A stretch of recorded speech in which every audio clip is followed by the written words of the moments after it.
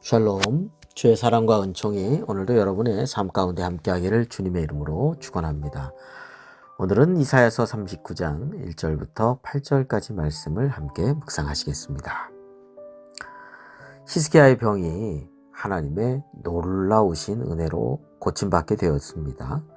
그리고 나서의 이야기입니다. 고대에는 왕이 큰 질병에서 고침받게 되어서 회복하게 되면 주변 타국의 신사들이 사신들이 와가지고 축하해 주곤 하였다고 합니다. 이때 바벨론의 사절단이 유다 히스기야 왕에게 온 것이지요.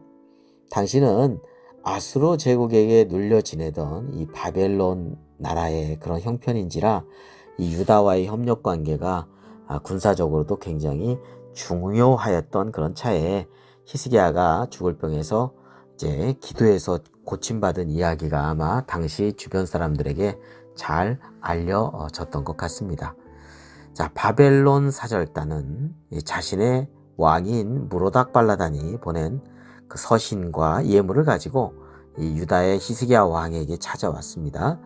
사절단을 보고서 히스기야는 너무 기뻐하는 거예요. 감정에 너무 치우쳐요. 그게 무슨 얘기냐면 그 보물창고에 있는 은금, 향료, 보배로운 기름 이거 다 보여주는 거예요. 네. 그뿐만 아니라 기밀이 잘 유지돼야 되는 그 군사적인 그런 내용들. 오늘 성경에 보면 무기고에 있는 모든 걸 다 보여줬다고 하죠. 네.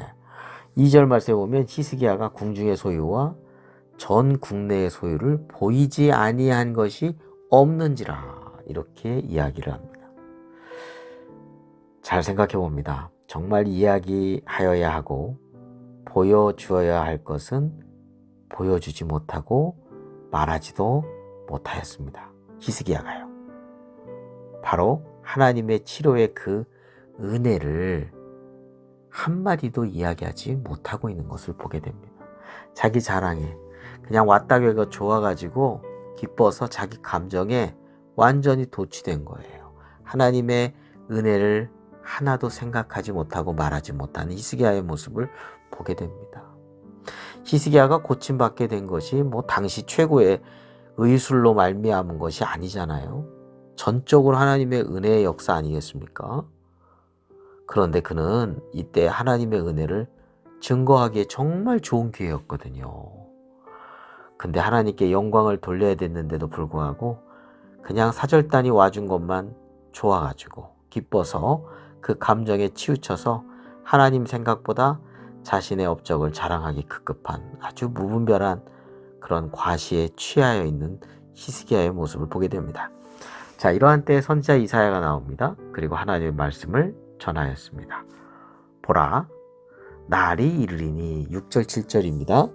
내 집에 있는 모든 소유와 내 조상들이 오늘까지 쌓아둔 것이 모두 바벨론으로 옮긴 바 되고 남을 것이 없으리라. 바벨론으로 다 이런 것들이 옮겨진다는 얘기는 그 나라의 포로가 된다는 얘기예요. 여호와의 말이니라. 또 내게서 태어날 자손 중에서 몇이 사로잡혀 바벨론 왕궁에 환관이 되리라. 여기서 환관은 시종이라고도 생각해도 됩니다. 왕궁, 바벨론 왕궁의 시종이 된다는 거예요. 히스기야의 후손들 가운데서. 정말 그렇습니다. 그 다음 왕이었던 이 므낫세가요 잡혀가거든요. 자, 안타깝게도 이 바벨론 사절단에게 보여주었던 모든 소유들은 나중에는 다 바벨론으로 옮기게 된다는 것입니다. 후손들 중에 아까 얘기한 것처럼 바벨론의 시종이 되는 그런 일들도 있게 되죠. 자, 이런 내용을 들은 히스기야 왕의 반응은 어떠했을까요? 8절 말씀에 나와 있습니다. 히스기야가 이사야에게 이르되 당신이 이른바 여호와의 말씀이 좋소이다. 여기서 좋소이다라고 하는 것은 합당하다 이런 뜻을 가지고 있습니다. 당신의 전해주시는 그 여호와의 말씀이 맞습니다. 합당합니다. 인정하는 거죠. 자, 또 이르되 내 생전에는 평안과 견고함이 있으리로다 하니라. 자, 하나님의 말씀이 합당하다. 자신의 생전에는 평안함과 견고함이 있으니 다행이다. 이런 모습이라고 했죠. 자, 그러면 자신의 후대에는 평안이 없고 경고함이 없어도 된다는 것일까요? 자기만 평안하면 그만이라고 생각하는 것에 그치고 있는 모습이 안타까움을 더합니다. 그래서 그의 아들 므낫세는 남유다 역사상 가장 악한 왕 중에 하나였습니다.